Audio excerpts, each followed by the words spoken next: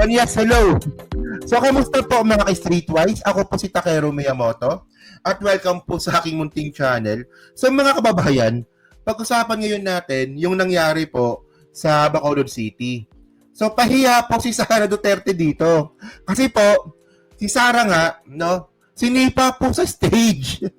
So, ito yung nangyari, kwento ko muna, no. So, nakaschedule na po si Sara para po sa isang political rally. So, ang gagawin ni Sara dapat, aakat sa stage, magsasalita, at magpo-promote. Pero on the last minute, mga ka-Streetwise, no? On the last minute, ibig sabihin nun, si Sara nandun na, nasa backstage na.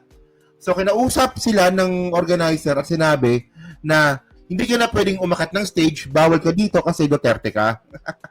So, ibig sabihin nun, on the last minute, napag-isip-isip ng politiko, no, na wala kang kwentang tao.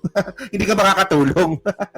So ngayon, napag-usapan natin yan at hanapin po natin kung sino po yung politiko po na yan. Kasi hindi binabanggit ng balita.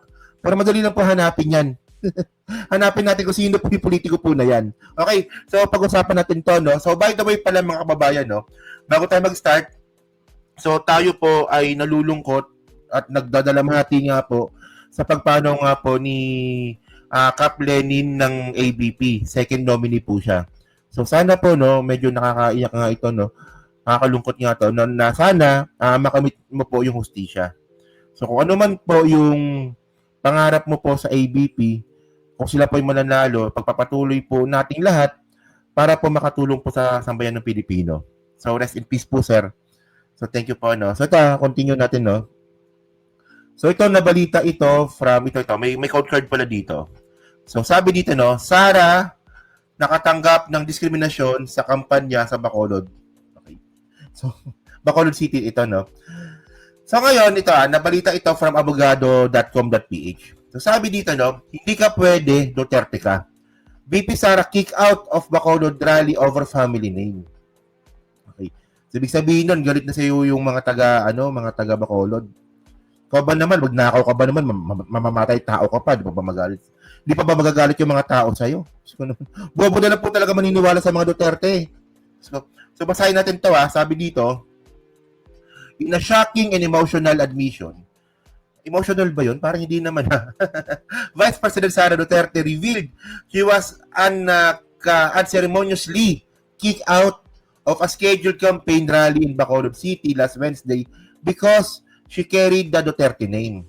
O, di ba? So, continue natin. Sabi dito, ito babasahin lang natin Alam nyo ba, mahirap na po ngayon maghanap ng stage, sabi ni Sara. Then she dropped the bombshell during a rally she was supposed to attend in Bacolod City last Wednesday.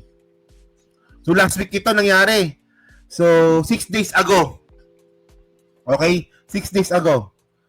So, sabi dito, organizers who had initially agreed to accommodate her suddenly back out on the last minute.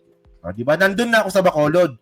Pinag-usapan na namin ang detalye. Pumayag na nga sila na dalawang upuan ng patong kasi mabigat ako. Corny talaga dito.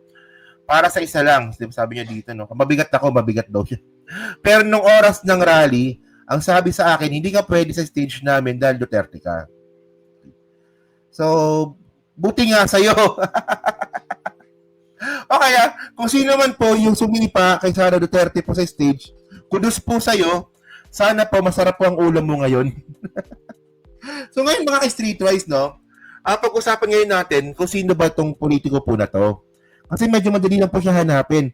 Lahat po na ginagawa ng mga politician po ngayon nasa Facebook na po. So ngayon, hanapin po ngayon natin kung sino ba yung nagpa-political rally last week, 6 days ago. Madali lang yan. Tinan nyo to. Hanapin natin. Okay, unang-una, ito, pakita ko sa inyo. Unang-una, ito si Greg ano to? Greg Gasataya. O 6 days ago, no, madamog gid salamat sa inyo. Mainit na pagbaton sa relocation site. Hindi kasi ang problema kasi dito mga kababayan.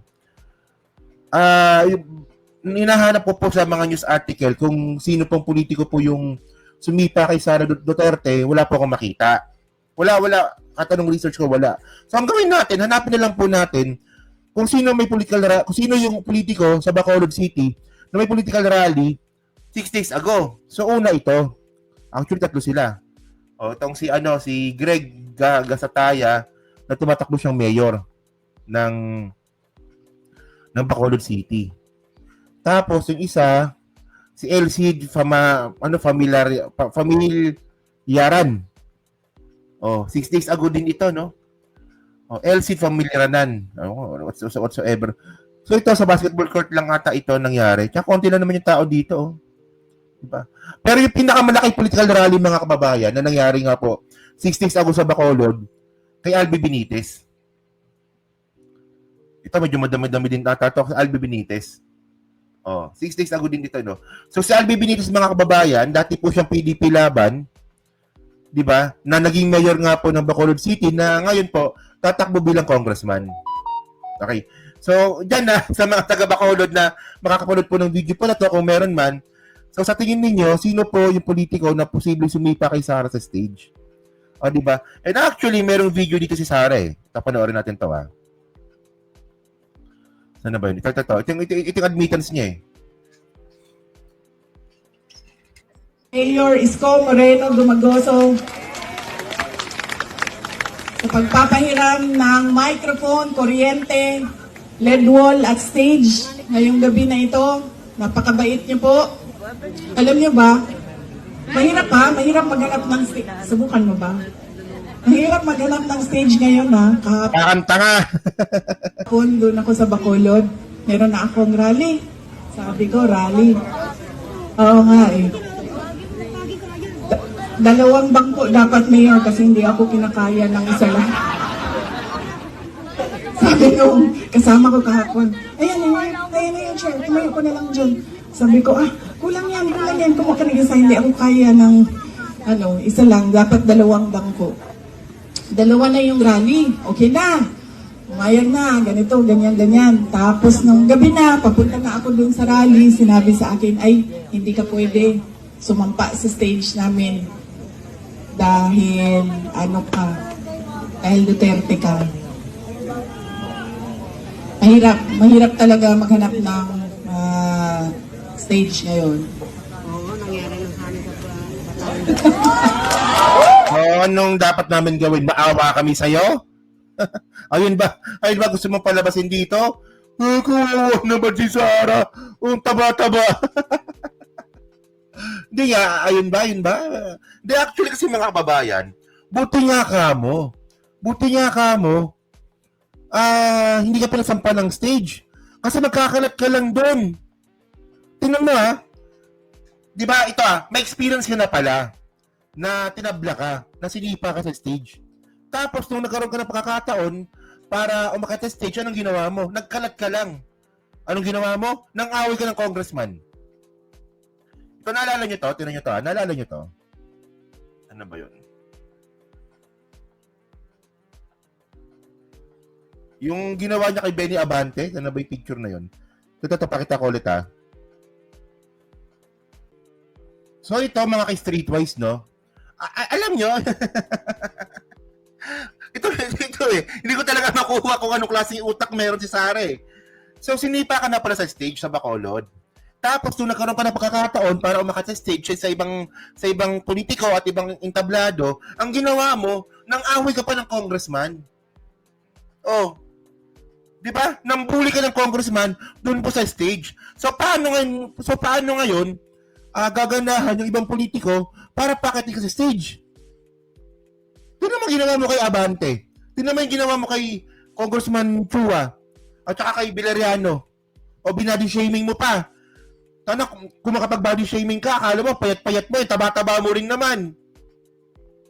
O di ba? Ayun ang point natin mga kay-streetwise eh. Imbis na maawa ako kay Sara, nainis pa ako. So ngayon, kasi ang point natin dito, no, nagagalit si Sara Duterte sa mga congressman kasi pinirmahan po yung impeachment, yung impeachment niya, pinirmahan. So ngayon meron ng trial, di ba? May paparting ng trial. So in the first place, mga kababayan, kung sinangkot na sana ni Sara Duterte yung mga issues laban sa kanya sa House pa lang, edi sana wala ng impeachment, edi sana maayos ang buhay natin ngayon. At hindi pwedeng hindi gawin yun ng mga congressman natin. Tandaan po natin, na yung Congress po, sila po yung may hawak ng ng power of the purse. 'Di ba? Sila po ang may hawak ng kaperahan sa buong Pilipinas. So meron silang karapatan na meron silang karapatan na mag-imbestiga kasi humihingi ka ng budget sa 2025 fiscal year. O di ba? So ngayon, dahil nga dyan, sinipa ka na nga sa stage, tapos nampuli ka pa, tapos ngayon, gusto mo maawa kami sa'yo? Para namang tangan nito no? So dahil nga po dyan sa pangyayari po na yan, actually nag-trending ito no? Itong anak nga po ni Abante. So sinagot si Sara dito. Kaya nakita, panoorin nyo to Wait ay video pala yon. Okay, ito panoorin natin to. Alam ko napanood yun na to, pero reaction na natin. So, sige. Takpan ng inyong paninira ang kakulangan nyo sa serbisyo dito sa ating distrito. Hindi pa sila doon natigil. Naghanap pa ng dayo. Kala mo liga? Oo nga. May hugot? Alam nyo, naalala ko nung kabataan ko, kasi, di ba sa nakakita na sa akin personal, matangkad po ako. Tapos medyo mahusay naman ako mag-basketball nung bata ako, Ngayon hindi na ako pwede. Naalala ko, minsan hinuhugot po ako sa ibang barangay. Oo. Hinuhugot ka kasi magaling ka. Pero tumalupit po ito. Hinuhugot ni Yorme, si Sara, para umakat sa stage. Yun nga lang, ang hinugot ni Yorme, bano, si Sara. Imbis na makatulong, di ba? Imbis na makatulong sa kampanya ni Isko, pasira pa. Tandaan nyo ito marami pa akong kakilala na nakakausap na turn off kay Isko nung pinagsalita nila si Sara. Di ba kasi ayun po ay confirmation na talaga maka-Duterte po talaga si Isko. Di ba? Uhugot ko na nga lang, di ba? Dapat yung mahusay, pero nga po, ang inugot nga po ni Isko, kumbaga sa liga, bano. Ibig na makatulong pabigat pa. Walang yan na natawa ako dun Sige. May hugot?